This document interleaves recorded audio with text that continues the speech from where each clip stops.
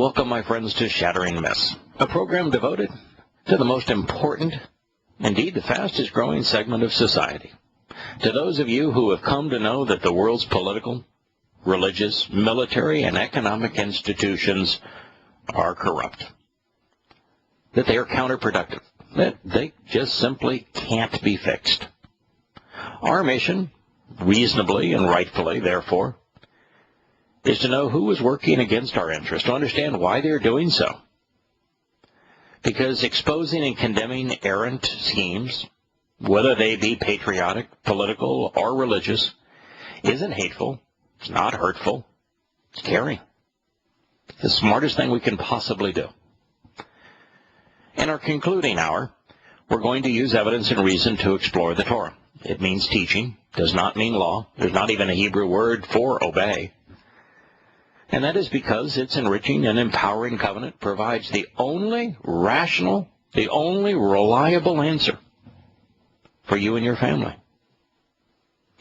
Our phone number, anytime over the next 3 hours, if you would like to participate in this discussion, and we would encourage you to do so, even if you disagree with the host, in fact, especially if you disagree. It's 877-300-7645. As I had mentioned in yesterday's program, I want to mention once again today, there is a considerable group of listeners who, as listeners who benefit from the presentations of the news, the analysis of the news, as well as the presentation of Yahowah's Torah guidance, that have banded together to encourage radio stations to carry this program.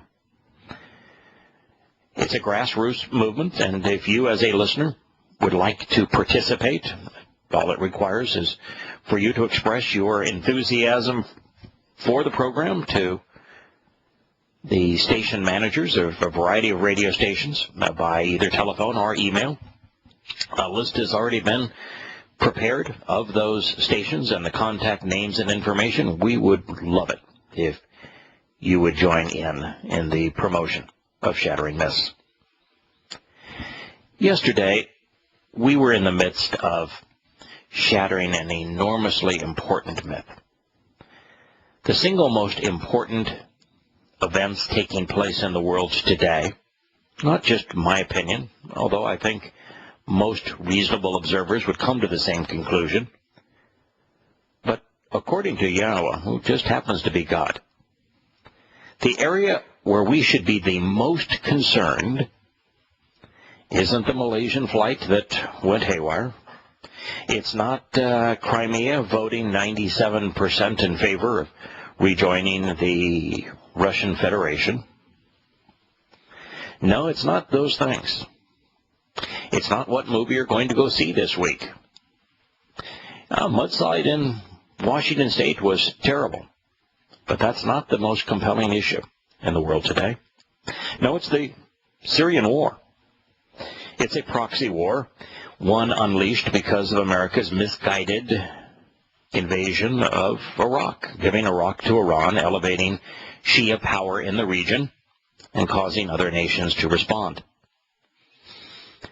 In the midst of this, we've come to realize that the West, the United States and Europe in particular, are in opposition to Russia and China in Syria, just as Sunni Islamic fiefdoms like Saudi Arabia, Qatar, Kuwait, Turkey are on one side, and Iran, Iraq, which is now Iran West, Lebanon, are on the other.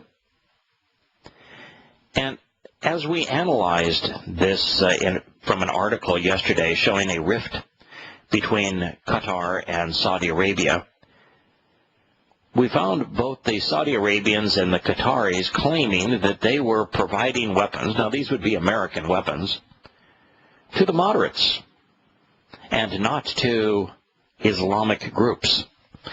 They had to dance around raindrops, and the best they could end up saying is we're not supplying weapons to al-Qaeda-affiliated organizations. And so we came to realize in the midst of this article that there was an alliance now amongst the majority of the Sunni mujahideen that are engaged in that fight. And it's called the Islamic Front. It's a broader name for what was al-Nusra Front, the Victory Front. And that in that organization, they have a spiritual leader. They have a legal leader.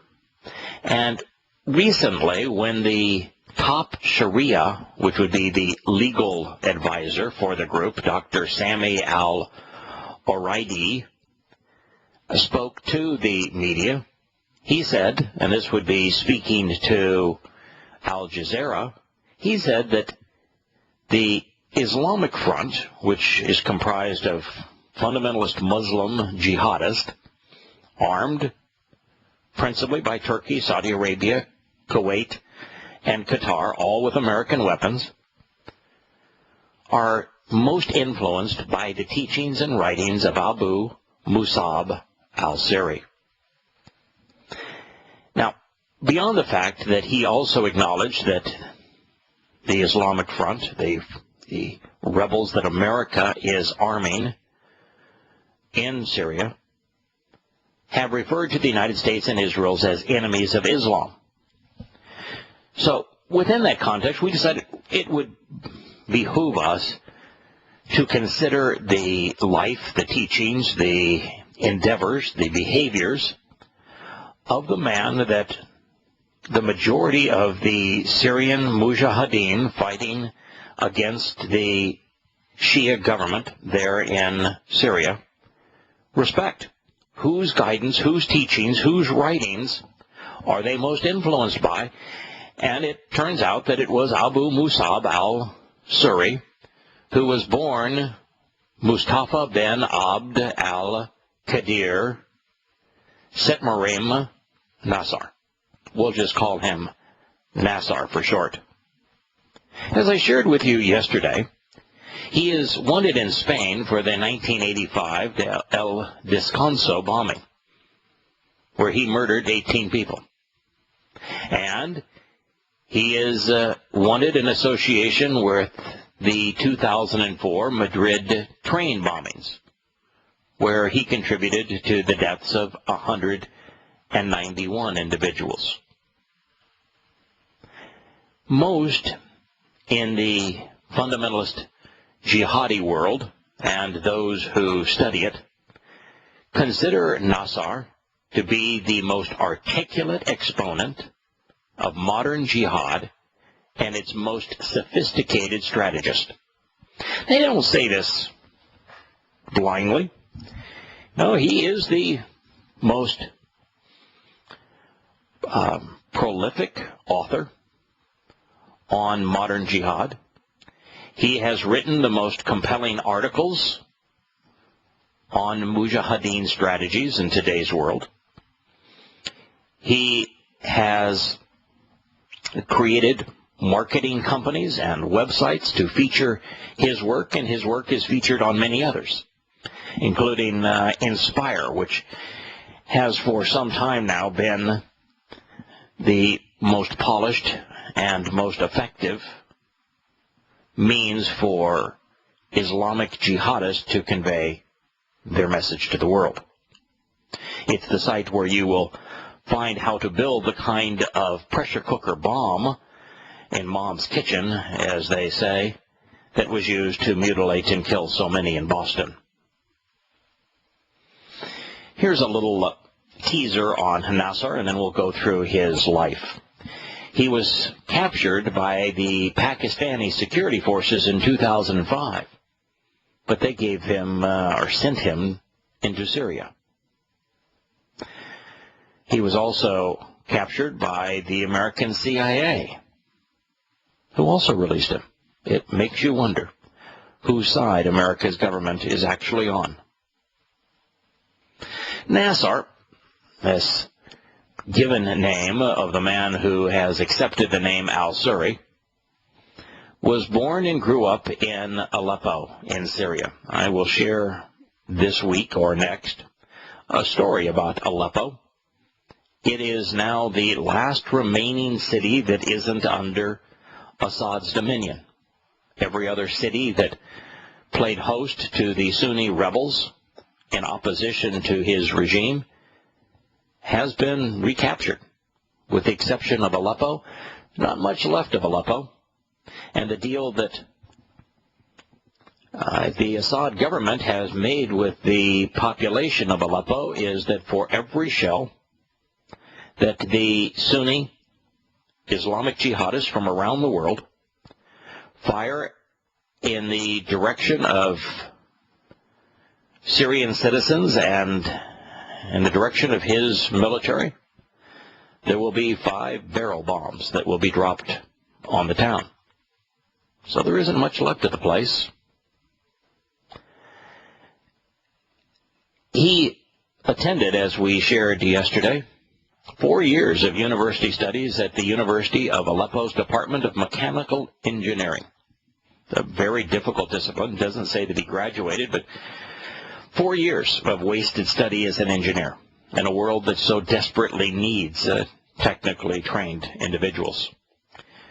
But he took a different course. In 1980, Nasser joined the Combatant Vanguard Organization, offshoot of the Syrian Muslim Brotherhood, which was at the forefront of the Islamic uprising in Syria against Hafez Assad's regime. Bashar al-Assad is the current head of Syria. Hafez al-Assad was his father. What this tells you is that the current proxy war that is taking place in Syria isn't new. It was not born out of the Arab Spring.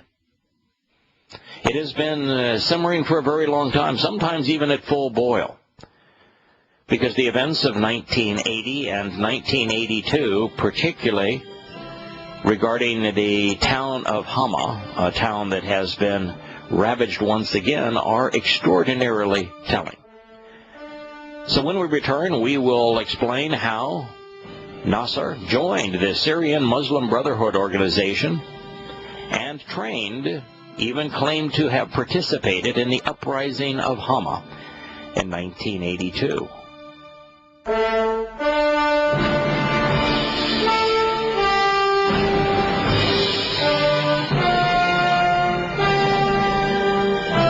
We're talking about the role that Nasser claims to have played in the uprising of Hama. Now, personally, I think he's lying, but that's what Muslims do.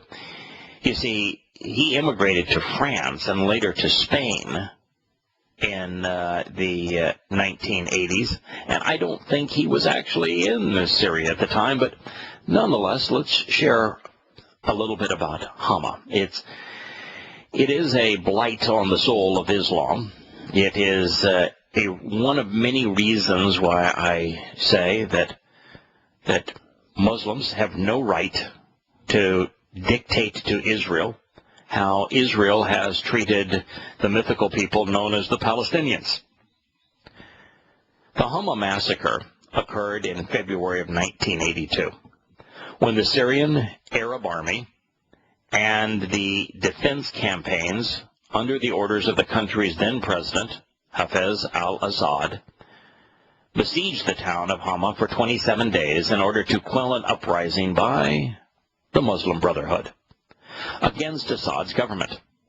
The massacre, carried out by the Syrian army, supposedly under the commanding general Rifat al-Assad, President Assad's younger brother, effectively ended the campaign that had begun in 1976 by Sunni Muslim groups, principally the Muslim Brotherhood, against the Syrian government. Before we go on and talk about this massacre, keep in mind that in Egypt, the Morsi government was deposed by the Egyptian military because, as the representative of the Muslim Brotherhood, Morsi wanted to avenge the defeat that he and his group suffered in Hama. The Muslim Brotherhood, had sought to overthrow the Syrian government. They failed. They were brutalized as a result. And so to even the score, now that the Muslim Brotherhood had control of Egypt, and now that under Morsi, temporarily at least, the Egyptian army, which is entirely funded by the United States, was under his disposal, he wanted to revisit the wrong that he thought that had been done and to deploy the Egyptian military in Syria. The wiki report on the Hama massacre continues with these words. Initial diplomatic reports from Western countries stated that about 1,000 people were killed. Now, when it comes to Islamic deaths, as we found out in Kosovo, if you hang your hat on a number and say, oh boy, this is the number that was killed, you will almost certainly be wrong. That there isn't just exaggeration, there's exaggeration to the point of ridiculousness. This is very much the case of the deaths that were associated with Saddam Hussein and the gassing of the Kurds. Not only do the people who make such statements never put it in the context of this was a military mission, not a terrorist act on civilians, but a response to the Kurds joining forces with the Iranians inside of Iraq to bring down the Iraqi government. The numbers are just always exaggerated. This is the case here. The Western countries stated that 1,000 were killed. Subsequent estimates vary, however, with some claiming that 10,000 Syrian citizens were killed. Others put the number at 20,000. A sympathetic Syrian human rights group put the number at 40,000. About 1,000 Syrian soldiers were killed in the operation, and large parts of the city were destroyed. Alongside such events as Black September in Jordan, where the Jordanian government wiped out tens of thousands of refugees that alleged to be Palestinians. This attack on Hama is described as one of the deadliest acts by any Muslim government against its own people in the Middle East. The vast majority of the victims, no telling how many, were civilians. According to the Syrian reports, anti-government rebels initiated the fighting. Now, that's most likely true. They would have been Muslim Brotherhood fighters like Nasser, who pounced on our comrades while sleeping in their home and killed whomever they could kill, including women and children, mutilating their bodies in the streets, driven like mad dogs in a black hatred, is how the Syrian government reported the initiation of this crime. It sounds very much like what we're witnessing the rebels filming themselves doing even today.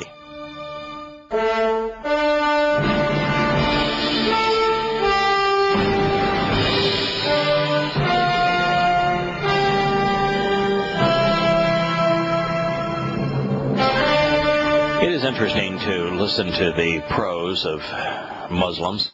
Not only did they speak of those that they had murdered, the Syrian government, it was an act of civil war where the government snuffed out its own people. So in this case, it's not really much different than Abraham Lincoln deciding to go to war against the South.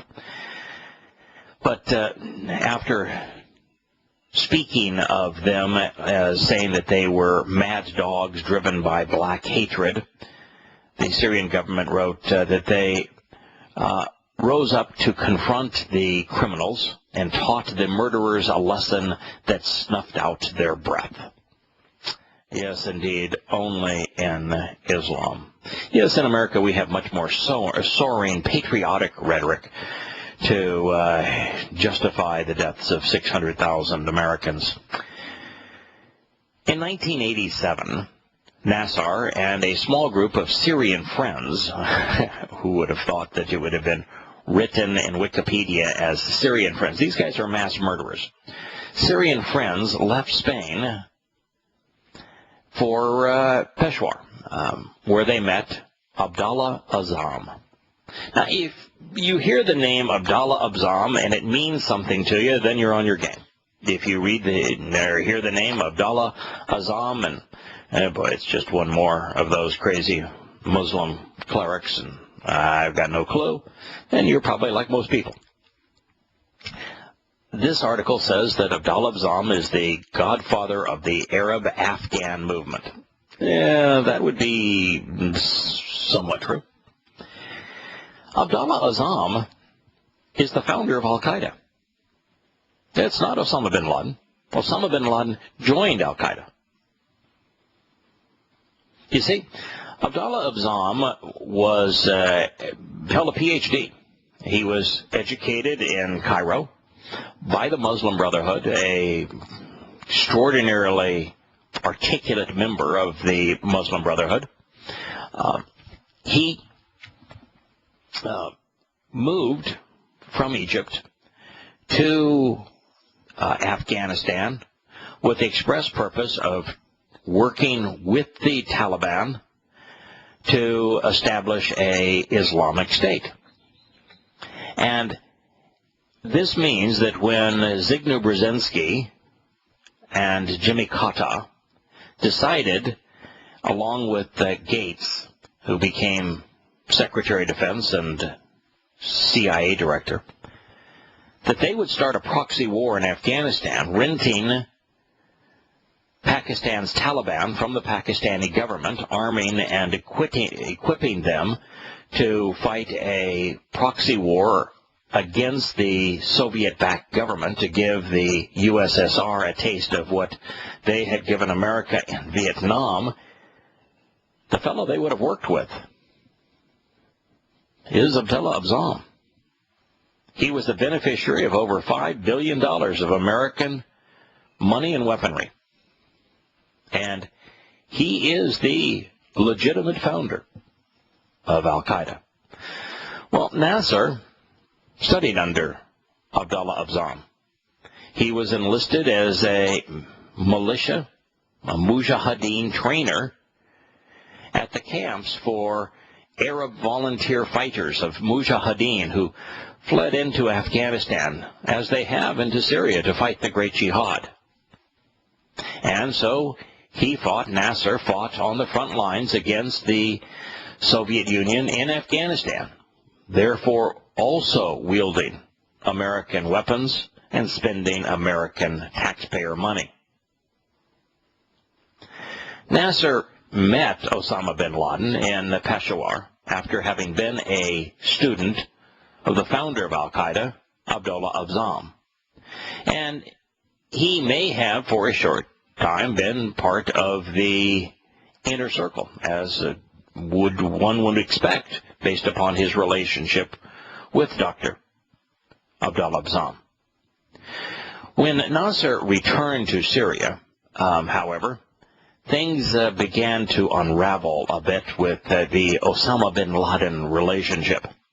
You see, in Peshawar, Nasser, who has since become well known under his various pen names, he's written under the name Umar Abd al-Hakam and now al-Suri, but it's under Hakam that he first published his 900-page treatise called The Islamic Jihadi Revolution in Syria.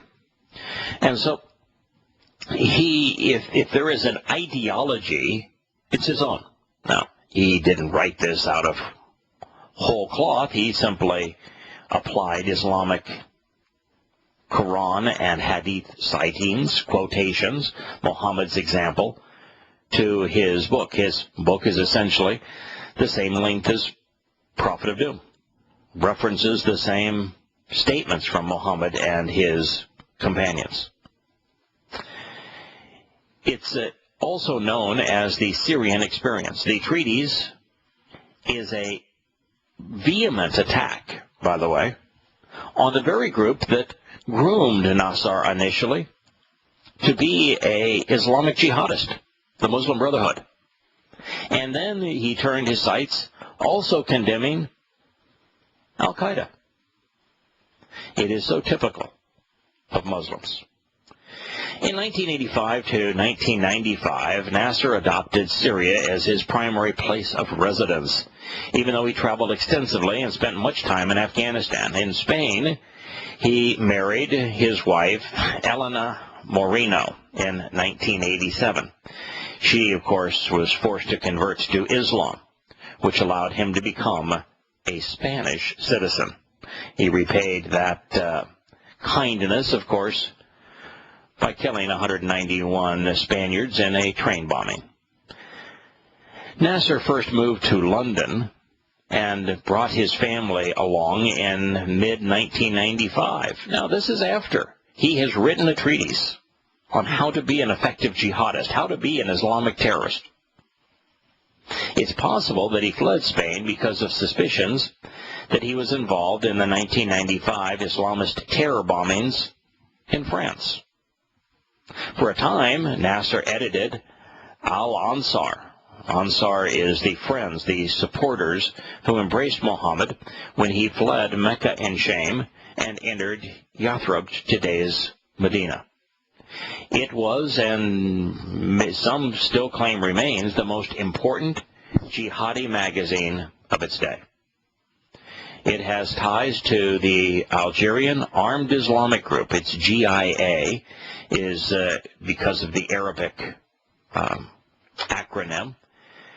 For those who have read the Islamic Terrorist Timeline on the Prophet of Doom site, GIA, the Armed Islamic Group, plays prominent roles throughout the history of some of the most debilitating and ruthless acts of terrorism in northern Africa and indeed in Europe. Nasser left the journal in 1996, partly to disagreements with the new GIA leadership in Algeria, and partly as a result of a conflict with his editor. The widely regarded, the latter, this would be the editor, Abu Qatada, was widely regarded as the principal cleric or imam of jihadis in Europe. Qatada, if I'm connecting the dots correctly, was an imam for a period of time in the Al-Quds Mosque in Hamburg, Germany, and recruited most of the Islamic jihadists that participated in 9/11 in the United States. In 1997, Nasser established a media company called the Islamic Conflict Studies Bureau with Mohammed Bahia.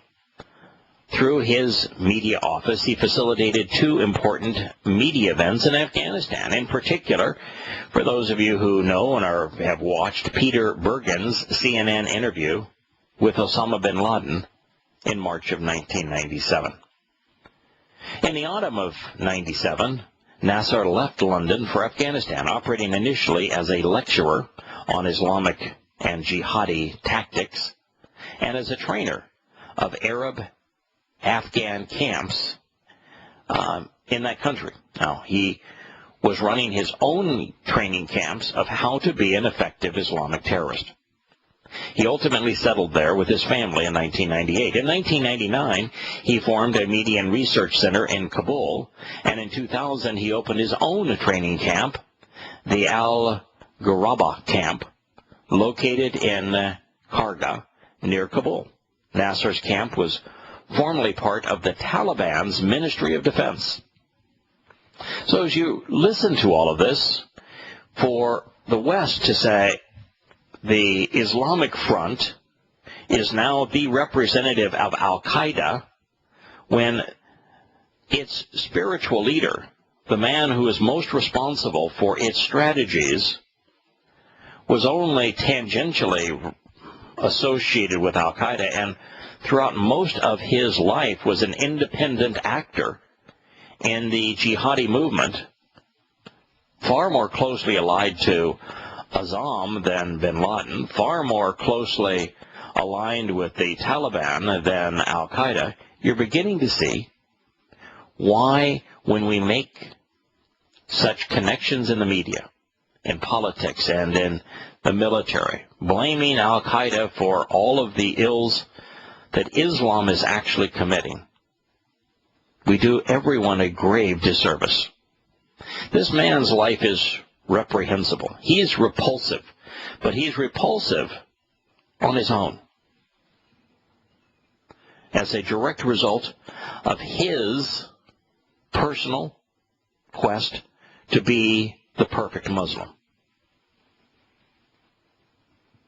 He had a complete and total fallout, according to Wikipedia, with what little contact he had with bin Laden's organization in 1998. So here is the most important spiritual leader of the Islamic Front, of the largest group of jihadi fighters in the Syrian conflict, and he ceased to have any association with al-Qaeda or bin Laden as far back as 1998. And even prior to that time, he was an independent operator and far more closely allied with other groups. We'll be back in a moment. The truth is important.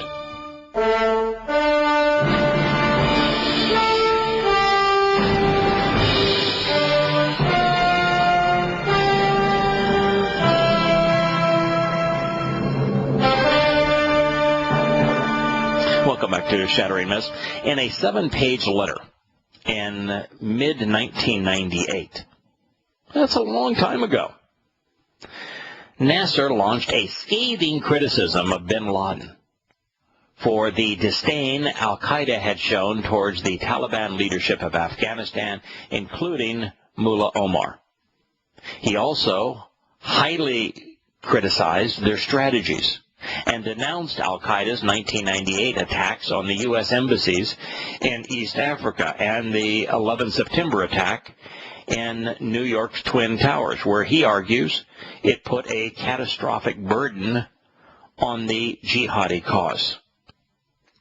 Now, this is important. Just as the American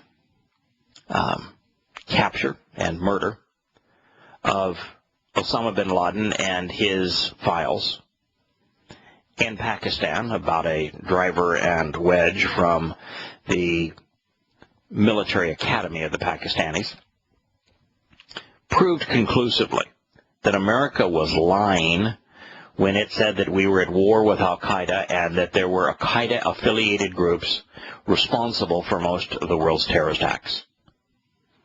What we learned when we investigated Osama bin Laden's home is that he had no influence, and that the very groups that were routinely associated with him, he denounced. For example, the Islamic State in Iraq, which was considered the largest al-Qaeda presence in the world at the time, he said, I have nothing to do with you. I don't agree with you. He just went on and lambasted them, saying, you're associated with my name, but I have nothing to do with you. Never had anything to do with you. Denounced them. Showed absolutely no influence over them. The same thing was true with the group that used the name al-Qaeda in the Arabian Peninsula, the base in the Arabian Peninsula. He said that he didn't agree with them, didn't support them, didn't influence them, didn't franchise them. Well, here now from the other side, what we're finding is that the Islamic Front, which gets its strategic guidance from Nasser, that Nasser denounced and separated from any association with al-Qaeda, which was even tenuous at that point, and wrote a scathing letter condemning al-Qaeda and Osama bin Laden in 1998. And so how is it that the Islamic Front, al-Nusra Front, is associated with al-Qaeda when the writings, the inspiration that guided them, were written by Nasser, who is a huge critic of al-Qaeda. Every time you turn over a rock and you learn what's under it, you find that the American political machine is lying. Remember when President Obama pounded his chest and said, "We got him, we got Osama bin Laden," and he said, "I want to make this point perfectly clear, that America is not at war with Islam. We have never been at war with Islam, but al-Qaeda picked this fight with us, and, we're going to bring the fight to al-Qaeda." All that was a lie. Every time the media or a politician, and they do it routinely every single day, associate the carnage in the world with al-Qaeda as opposed to Islam, they are being deliberately, knowingly, purposefully disingenuous. They're lying. And the media doesn't seem to have an ethical, knowledgeable, moral journalist among them, because they are perpetuating those same lies. The facts are all consistent. This man, Nasser, was inspired by Muhammad, by his Quran recital and by his hadith oral reports, by his life. And he wrote consistently about how to be a good Muslim and how to follow Muhammad's example by being a jihadist. This is an extraordinarily important point. Well, in September of 2003, the Spanish magistrate indicted 35 members of the Madrid cell that Nasser led for its role in the September 11th attacks. It included, of course, Nasser. In September of 2004, the United States Department of State named Nasser its most wanted terrorist and offered a reward of $5 million for him.